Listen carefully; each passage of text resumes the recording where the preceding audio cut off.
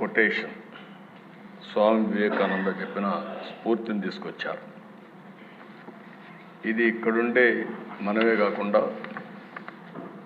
రాష్ట్రంలో ఉండే ప్రజానీకం మొత్తం, భారతీయులు మొత్తం కూడా ఆలోచించాల్సిన, ఇది ప్రపంచం కూడా ఆలోచించాల్సిన స్ఫూర్తిది. ఆయన రాసింది, మనం ఈ రోజున ఏ స్థితిలో ఉన్నామో దానికి మనమే బాధ్యులం. ముందు మనం ఎలా తయారు కావాలనుకుంటే అలా తయారయ్యే శక్తి మనలోనే ఉంది. మనం ఇంతవరకు ముందు చేసిన పనుల వల్ల మనం ఈ రోజున ఈ స్థితిలో ఉన్నాం. కాబట్టి నిస్సందేహంగా ఇప్పుడు మనం చేసే పనుల ద్వారా భవిష్యత్తులో మనం ఎలా తయారు కావాలంటే అలా తయారు చేసుకోవచ్చు. అందుచేత ఎలా పని చేయాలో మనం అర్థం చేసుకోవాలని స్వామి వివేకానంద గారు ఎప్పుడో చెప్పిన మాట మనకు, మన రాష్ట్రానికి కూడా వర్తిస్తుంది దిశ. ఇప్పుడే మిత్రులు పవన్ కళ్యాణ్ గారు చాలా స్పష్టంగా చెప్పారు. అధ్యక్ష, తెలుగు రాష్ట్రం, తెలుగు ప్రజానికం వివిధ సందర్భాల్లో అనేక ఇబ్బందులు పడ్డారు. మద్రాసులో ఉండేవాళ్ళం. స్వాతంత్రం వచ్చే వరకు మద్రాసులో ఉండి పొట్టి శ్రీరాములు గారు త్యాగం చేసి ప్రాణాలు అర్పించిన తర్వాతనే రాష్ట్రం ఏర్పాటైంది. అది కూడా అధ్యక్ష 1353 అక్టోబర్ 1న కర్నూలు కేంద్రంగా ఆ రోజు ఆంధ్ర రాష్ట్రాన్ని ఏర్పాటు చేసుకోవడం. అదే మాదిరిగా ఆ రోజు ఆంధ్రప్రదేశ్ రాష్ట్రం, తెలంగాణ స్టేట్, హైదరాబాద్ స్టేట్ రెండూ కలిపి మొట్టమొదటిసారిగా భాషా ప్రయుక్త రాష్ట్రాలు ఏర్పాటు చేయాలి అనే ప్రగాఢమైనటువంటి ఆకాంక్షతో ఆ రోజు హైదరాబాద్ రాజధానిగా తెలుగు వాళ్ళందరూ కలవడం. ఇది భారతదేశ చరిత్రలో అధ్యక్ష ఫస్ట్ టైం భాషా ప్రయుక్త రాష్ట్రం నాంది పలికింది ఇక్కడ. తర్వాత చాలా రాష్ట్రాలు వచ్చాయి. అదే సమయంలో అధ్యక్ష మళ్ళీ 2014 రెండు రాష్ట్రాలు, తెలుగు రాష్ట్రాలు 2 రాష్ట్రాలుగా ఏర్పడ్డాయి. ఇవన్నీ చూస్తే ఎన్నిసార్లు ఒక పర్మనెంట్ అడ్రస్ లేకుండా మనం ఇబ్బంది పడ్డాము. ఇది ఒక ఆలోచన మాత్రం అధ్యక్ష. ఈరోజు మనం చూస్తే 10 ఏళ్ళు అయింది. 10 ఏళ్ళు అయితే రాజధాని ఏది అంటే మనం చెప్పుకోలేని పరిస్థితి. అంటే మొన్నటి వరకు మీరు చూస్తే అధ్యక్ష 5 ఏళ్ళు అమరావతి అనుకున్నాం, 5 ఏళ్ళు 3 రాజధానుల ముచ్చటొచ్చింది. ఏది రాజధాని చెప్పలేక అవమానం పాలయ్యే పరిస్థితికి వచ్చాం అధ్యక్ష. ఇంకొక పక్క అధ్యక్ష ఈరోజు మీరు చూస్తే మొట్టమొదటిసారిగా 1982లో ఎన్టీ రామారావు గారు తెలుగుదేశం పార్టీ పెట్టి ఈరోజు అనేకమైనటువంటి ఒక విశ్వాసాన్ని కల్పించే కార్యక్రమాలు ఆయన చేశారు. సంక్షేమం, అభివృద్ధి, పాలనా సంస్కరణకు శ్రీకారం చుట్టారు.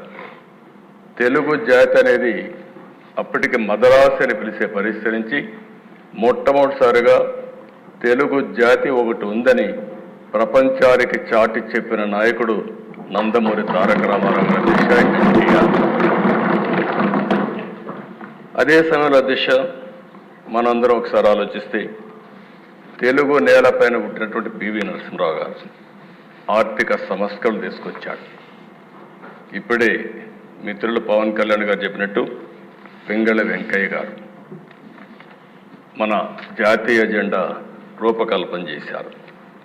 ఇలాంటి చరిత్ర ఉండే మనం చూస్తే ఇప్పటికి కూడా ఈ రాష్ట్రంలో అనేక ఇబ్బందులు వచ్చి కనీసం ఈరోజు బడ్జెట్ కూడా పెట్టుకోలేక ఆర్థిక ఇబ్బందుల వల్ల మళ్ళీ ఒక 2 నెలలు టైం తీసుకొని పెట్టుకోవాలని ఆలోచించే పరిస్థితికి వచ్చాం.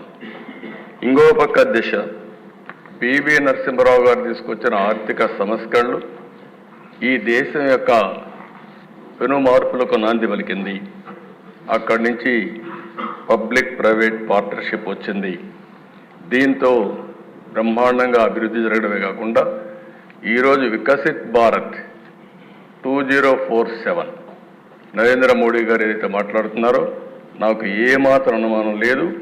2047కి భారతదేశం ప్రపంచంలో మొదటి స్థానంలో కానీ రెండో స్థానంలో కానీ ఉండే అవకాశాలు ఉన్నాయి. అది మన చేతుల్లోనే ఉందని చెప్పి కూడా నేను మీకు తెలియజేస్తున్న అధ్యక్ష. దీనికి కారణం మీరు ఒకసారి చూస్తే ఈరోజు ఒక 2 ఎగ్జాంపుల్స్ ఇక్కడ చాలామంది ఉన్నారు.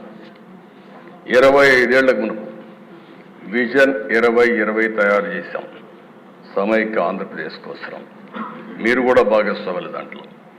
ఆ విజన్ 2020 తయారు చేసిన తర్వాత మనం అభివృద్ధి స్టార్ట్ చేశాం. ఆ రోజు ఏ నిధులైతే ఉన్నాయో ఆ నిధులనే పెట్టి మనం ముందుకు పోగలిగాం. ఈరోజు మీరు చూస్తే దేశంలోనే highest per capital income Telangana రాష్ట్రం ఉండడం ఆ రోజు చేసిన అభివృద్ధి వల్ల సాధ్యమైందని చెప్పి కూడా నేను మీకు తెలియజేస్తున్నాను. ఇది గుజరాత్, ఇంకా చాలా రాష్ట్రాలు ఉన్నాయి అధ్యక్ష. గుజరాత్ ఉంది, కర్ణాటక ఉంది, హర్యానా ఉంది. అన్ని రాష్ట్రాల కంటే ముందు పోయే పరిస్థితికి వచ్చింది. ఇది ఒక ఉదాహరణ మాత్రం. ఇంకో పక్క అధ్యక్ష మీరు ఒకసారి చూస్తే ఎన్ఆర్ఐస్, ఎందుకు ఈ సభలో ఈ మాటలు చెప్తున్నానంటే ఈరోజు పవన్ కళ్యాణ్ గారు మాట్లాడినప్పుడు ఒక విషయం చాలా స్పష్టంగా చెప్పాడు. నేను వివేకానంద స్ఫూర్తిని కూడా మీకు చెప్పాను. ఈరోజు ఇక్కడుండే హౌస్లో మెంబర్స్ అందరం కలిసి సమిష్టిగా పనిచేస్తే ఈ రాష్ట్రాన్ని నెంబర్ 1 రాష్ట్రంగా తయారు చేయడం కష్టం కాదనే విషయం చెప్పడానికి నేను ఈ విషయాలు మీ దృష్టికి తీసుకొస్తున్నాను. ఈరోజు మీరు చూస్తే అధ్యక్ష 25 ఏళ్ళు 30 ఏళ్ళకు మనకు ఆ రోజు ప్రభుత్వం ఐటీకి ప్రాధాన్యత ఇచ్చాం. అదే మరిగా భారతదేశం మొత్తం ఇండియన్స్ అంతా ఐటీ బాగా నేర్చుకునే పరిస్థితికి వచ్చారు. ఈరోజు మీరు చూస్తే మన వాళ్ళు ఇండియన్స్ 2 కోట్ల మంది 3 కోట్ల మంది విదేశాలకు వెళ్ళారు. అమెరికాకు చాలామంది వెళ్ళారు. అమెరికాలో చూస్తే అధ్యక్ష 25 ఏళ్ళు వచ్చిన మార్పు, ఇండియన్ ఆరిజిన్ ఎవరైతే ఉన్నారో వీళ్ళ ఆదాయం, తలసరి ఆదాయం $1,19,000. మన తర్వాత ఎవరైనా చూస్తే అధ్యక్ష తైవానీస్, వాళ్ళ ఆదాయం $95,700. వాళ్ళ తర్వాత చైనీస్, వాళ్ళ ఆదాయం $81,000. జపనీస్ 80,000, పాకిస్తానీ 70,000. ఈ విధంగా చూసుకుంటే అధ్యక్ష అమెరికాలో ఉండే నేటివ్ అమెరికన్స్ 65,900. అంటే అధ్యక్ష ఈరోజు ఈ ప్రభుత్వం అవలంబించిన విధానాలు 5 సంవత్సరాలుగా మీరు చూస్తే పాత ప్రభుత్వం ఇంగ్లీష్ నేర్పిస్తామన్నారు. ఇంగ్లీష్ నేర్పిస్తే ఏదో అయిపోతుందని మాటలు చెప్పారు. కానీ మారుమూల ప్రాంతాల్లో ఉండే మన సరైన టీచర్ లేకపోయినా చదువుకున్న వాళ్ళు ఈరోజు ప్రపంచంలో హైయెస్ట్ ఇన్కమ్ సంపాదించే పరిస్థితికి వచ్చారంటే అది భారతీయుల యొక్క శక్తి సామర్థ్యం. అందులో ఇంకా ఒక అడుగు ముందున్నారు తెలుగువారు. దానికి గర్వపడుతున్నానని చెప్పి కూడా నేను మీకు తెలియజేస్తున్నాను. కానీ దిశ ఇప్పుడు ఇక్కడికి వచ్చినప్పుడు ఇది గత చరిత్ర. గడిచిన 5 సంవత్సరాల్లో జరిగిన విషయాలు కూడా నెమరు వేసుకోవడం చాలా అవసరం. ఇప్పుడే జూన్ 4వ తారీఖు వచ్చిన ఎన్నికల ఫలితాలు ఒక కొత్త చరిత్రను సృష్టించాయి. ప్రజా చైతన్యానికి నిదర్శనంగా నిలిచాయి. మీరు చూస్తే దేశ 93% స్ట్రైక్ రేట్, 57% ఈ కూటమికి ఓట్లు పడ్డాయి. ఇది నా రాజకీయ జీవితంలో ఏ పార్టీ కూడా, నందమూరి తారక రామారావు గారు పార్టీ పెట్టినప్పుడు కానీ 94లో కూడా రాలేదంటే అది ప్రజలు మన మీద పెట్టుకున్న నమ్మకం అనే విషయం మనందరం గుర్తుంచుకోవాల్సిన అవసరం ఉంది. అధ్యక్ష ఒక్కొక్క పార్లమెంట్ 70,000, 80,000, 90,000 మెజారిటీ వస్తాయి. అలాంటిది 95,000 మెజారిటీ ఒక అసెంబ్లీలో వచ్చిందంటే నేను మనస్ఫూర్తిగా అభినందిస్తున్న గాజువాకలో 95,000 మెజారిటీ. అంటే దీన్ని చూసినప్పుడు చాలా ఆనందం, ఆశ్చర్యం వేస్తుంది. దీని